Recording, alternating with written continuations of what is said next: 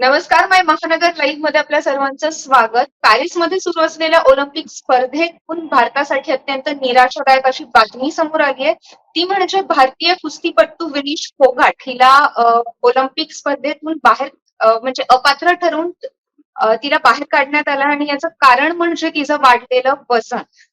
महिला कुस्ती 50 किलो वजनीय गटातून तिने काल फायनलमध्ये एंट्री केली होती. मात्र तिच्या वाढलेल्या वजनामुळे आज सकाळी तिला अपात्र ठरून बाहेर काढण्यात आलं आणि याचं कारण असं की विनीश फोगाट जी आहे ती याआधी 53 किलो वजनच्या गटात कुस्ती खेळायची. मात्र ऑलिम्पिकसाठी तिने 3 किलो वजन कमी केलं होतं. काल म्हणजेच मंगळवारी रात्री तिचं वजन हे 50 किलो न भरता 52 किलो भरल्यानं तिचं टेन्शन वाढलं आणि त्यामुळे ती रात्रभर झोपली नाही. हवे नको तितक्या सगळ्या गोष्टी तिने केल्या, सायकलिंग पासून जॉगिंग पर्यंत वजन कमी करण्यासाठी. मात्र तिला यश मिळालं नाही आणि आज सकाळी तिला अपात्र ठरवण्यात आलं, ज्यामुळे भारतानं आपलं सुवर्ण पदक गमावल्याचं आपल्याला पाहायला मिळतं. आणि या सर्व प्रकरणावर बोलण्यासाठी आज आपल्यासोबत आहेत ज्येष्ठ क्रीडा पत्रकार शरद कदरेकर सर. नमस्कार सर. नमस्कार. सर, हे जे काही विनेश फोगाटचं जे काही प्रकरण सध्या चालू आहे याबद्दल तुम्ही नेमकं काय सांगताल? यात दोन गोष्टी आहेत. जे खेळ आहेत बॉक्सिंग आणि कुस्ती, यामध्ये नियम असा आहे की खेळाडूचं वजन कधी असून दे, ज्या दिवशी सामना असेल त्या दिवशी सकाळी त्या खेळाडूचं वेजिंग केलं जातं, म्हणजे वजन घेतलं जातं. काल जेव्हा तिची प्राथमिक फेरी झाली आणि तिने काल तीन सामने खेळले, काल 3 कुस्त्या खेळल्या, तेव्हा तिचं वजन केलं गेलं की 50 किलो वजनी गटात उतरले. बरोबर, अगोदर 53 होती ती आणि या ऑलिम्पिकमध्ये एंट्री मिळाली, 50 किलो गटामध्ये एंट्री टाकली. आणि ते काल जे सामना सुरू झाला काल पहिल्या दिवशी, तेव्हा तिचं वजन 50 किलो होतं. नंतर ती 3 सामने खेळले, तर 3 सामने खेळल्यानंतर थकावट येणार, हे होणार, ते सगळं झालं. आणि आज नियम काय सांगतो खेळाचा, ज्या दिवशी सामना असेल अंतिम फेरी आधी, त्या खेळाडूचं वजन बॉक्सिंग आणि कुस्ती या केलं जातं. वजन वाढवू शकतं, पण त्यासाठी अनेक उपाय असतात. सपोर्ट स्टाफ असतो, कोच असतात, डायटिशियन असतात, ते त्यांना मार्गदर्शन करत असतात. हे काही नवीन नाही आहे, म्हणजे या खेळात वजन वाढणं कमी होणं, तर ते सगळे उपाय करत असतात. पण आता इथे असं झालेलं दिसतंय की तिचं वजन वाढलं आणि तिने सर्वतोपरी प्रयत्न केले. असं सांगण्यात की रात्रभर झोपली नाही, जेवली नाही, पाणी प्याली नाही, पण ते वजन आहे ते 100 ग्रामने जास्त झालं. आता ह्याच्यात पुढे बनावटगिरी आहे असं म्हणता येत नाही. खेळाचे नियम आहेत ऑलिम्पिक सारख्या खेळात आणि कुठल्याही स्पर्धेत, ज्या इंटरनॅशनल स्पर्धा असतात त्यात नियम क्लिअर कट असतात की वजन जे तुमचं 50 किलो म्हणजे 50 किलोच भरला पाहिजे. त्याच्यापेक्षा 1 ग्रॅम जरी जास्त आलं तरी तो खेळाडू डिस्क्वालिफाय होतो. आणि हे ह्या स्पर्धेत नाही. आता क्रिकेटचं उदाहरण बघा. शेन वॉर्न सारखा खेळाडू, जो मशहूर खेळाडू आहे, त्याला 2003च्या वर्ल्ड कप स्पर्धेत उत्तेजक चाचणीमध्ये तो दोषी आढळला. आता एखाद्याने मुद्दाम केलं नसेल, काहीतरी अजाणतेपणी झालं असेल. आणि IPL सारख्या स्पर्धेत वर्ल्ड कपला होतेच खेळाडूची उत्तेजक चाचणी क्रिकेटमध्ये घेतली जाते. तर ह्या तर मोठ्या स्पर्धा आहेत आणि हा नियम सांगतो की वेजिंग करावं लागतं. तर तिचं वजन 100 ग्रामने जास्त भरलं तर त्यामुळे ती ऑटोमॅटिकली डिस्क्वालिफाय झाली. आता ह्याची कारणं काय आहेत हे सगळं बघायला चौकशी होईल. तर सपोर्ट स्टाफने काय केलं, तिने काय केलं, ह्याबाबत काय हलगर्जीपणा कोणाचा आहे ह्याची सगळी चौकशी होईल. पण जो खेळाचा नियम आहे त्यानुसार ती डिस्क्वालिफाय झालेली आहे. तर ते मला वाटतं योग्यच आहे, म्हणजे नियमानुसार. बरोबर.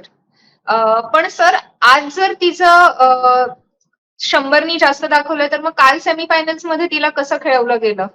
नाही, सांगितलं नियम असा आहे. स्पर्धा जेव्हा चालू होती तेव्हा सकाळी वजन घेतलं जातं. काल तिचं वजन घेतलं जाणारच. काल ती 50 किलो गटात उतरली तर 50 किलो वजन होतच.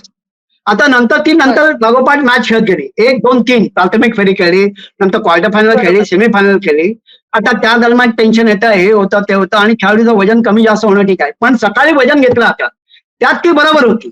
त्यात 50 किलो होती म्हणून तिला एंट्री मिळाली ना, नंतर तिला डिस्क्वालिफाय झाली असती.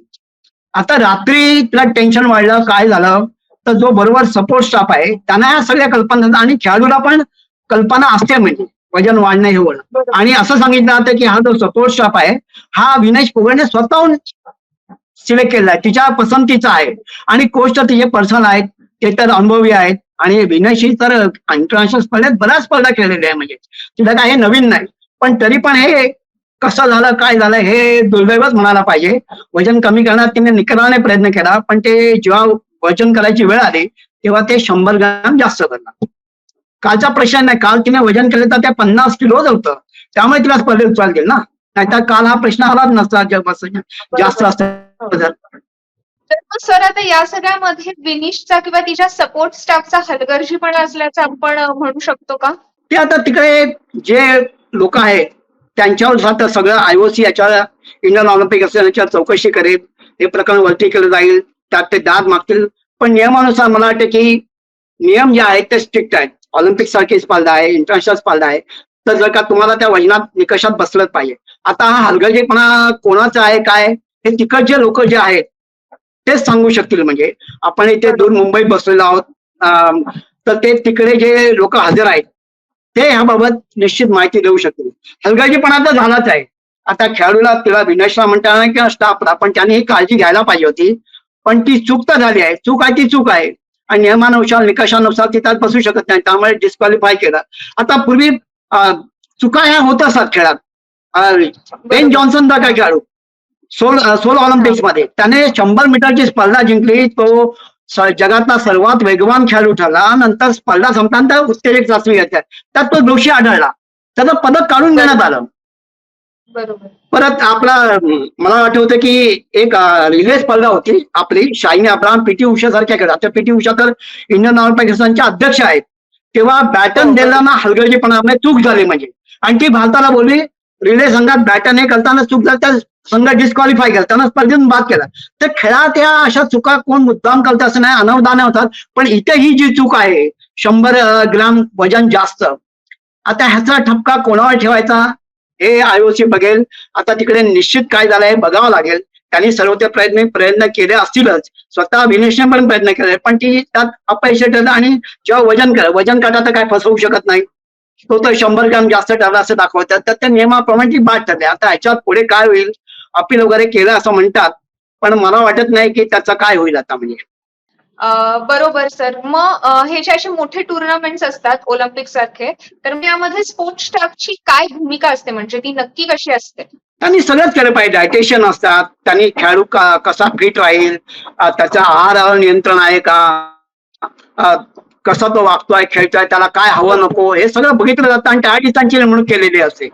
तर ते आता ह्याच्यात काय कमी पडले का काय पडले माहित नाही. म्हणजे तर त्यांनी जबाबदारी, आता हलगर्जीपणा झालाय किंवा काय हे आता सांगता नाही काय. ते तर म्हणतात तिथून जे रिपोर्ट्स आहेत त्यात म्हणतात की ती जेवली नाही, झोपली नाही, निद्रानाश पण झाला असेल, थकावट झाली असेल, त्यामुळे कदाचित वजन वाढलं असेल. त्यांनी सर्व ते प्रयत्न केले, केस पण कापले म्हणतात, जेवलं नाही, पण वजन काही कमी झालं नाही आणि 100 ग्राम जास्त भरला, त्यामुळे ती डिस्क्वालिफाय झाली. प्रयत्न ते केले असणार, पण आता कुठे कोणाचं चुकलं, काय ठपका ठेवायचा कोणाचा, याचा निर्णय आयओसी घेईल, जे तिकडे वरिष्ठ अधिकारी आहेत. पीटी उषा सारखी जी आंतरराष्ट्रीय खेळाडू आहे ती तर ऑलिम्पिक आपल्या भारतीय ऑलिम्पिक संघटनेची अध्यक्ष आहे, तर त्याची चौकशी होईलच. म्हणजे तर सर आता म्हणजे येत्या काळामध्ये आता तिला अपात्रता ठरवण्यात आलं आणि त्यामुळे तिला फायनल्स मध्ये खेळता येणार नाहीये, तर मग जरी गोल्ड मेडल नाही मिळालं भारताला, तरी जे तिच्या हक्काचं सिल्वर मेडल होतं ते तिला मिळेल का? नाही, आता नियम असा सांगतो, तिची जी अमेरिकन प्रतिस्पर्धी आहे तिला गोल्ड देण्यात येईल, आणि जे सिल्वर आहे ते कोणालाच मिळणार, ते निरंकार राहणार. म्हणजे हेल्ड इन अबॅन्स जे सिल्वर आहे, कारण मॅचच झाली नाही, आणि ब्रॉन्झ पदकाची जी मॅच आहे ती आज 3ऱ्या क्रमांकाची होणार, ती 5:30 वाजता आहे, त्यात काय बाधा येत नाही. फक्त गोल्ड सामना न खेळल्यामुळे तिच्या अमेरिकन प्रतिस्पर्धी राहणार, कारण ती तर फिट होती. ही प्रतिस्पर्धी तिची खेळाडू उतरू शकली नाही. पण जे सिल्वर मेडल आहे ते निरंतर देणार, ते कोणालाच देण्यात येणार नाही. हेल्ड इन अबॅन्स म्हणतात त्याला, आणि ते कोणाला देणार. आणि ब्रॉन्झ पदकाची मॅच होणार, तर तिला पदक मिळणार नाही. विनेशला गोल्डचा प्रश्न देत नाही, ती स्पर्धेत खेळण्याने बाद झाली, त्यामुळे तिला सिल्वरही मिळणार नाही, ब्रॉन्झचा प्रश्न नाही, कारण ती त्या पदकासाठी वेगळी मॅच आहे, असा नियम सांगतो. ठीक आहे सर, धन्यवाद. इतकी चांगली आणि सविस्तर माहिती आमच्यासोबत आज तुम्ही माय महानगर लाईव्हच्या माध्यमातून शेअर केल्याबद्दल, आणि आम्हाला नक्कीच खात्री आहे की ही माहिती आमच्या व्ह्युअर्ससाठी अत्यंत अशी इन्फॉर्मेटिव्ह ठरेल. आणि यासोबतच मी साक्षी पुण्यावरून अशाच नवीन कंटेंटसाठी आणि व्हिडिओसाठी पाहत रहा माय महानगर लाईव्ह, आणि तुम्ही जर अजून सबस्क्राईब केला नसेल तर नक्की सबस्क्राईब करा. धन्यवाद.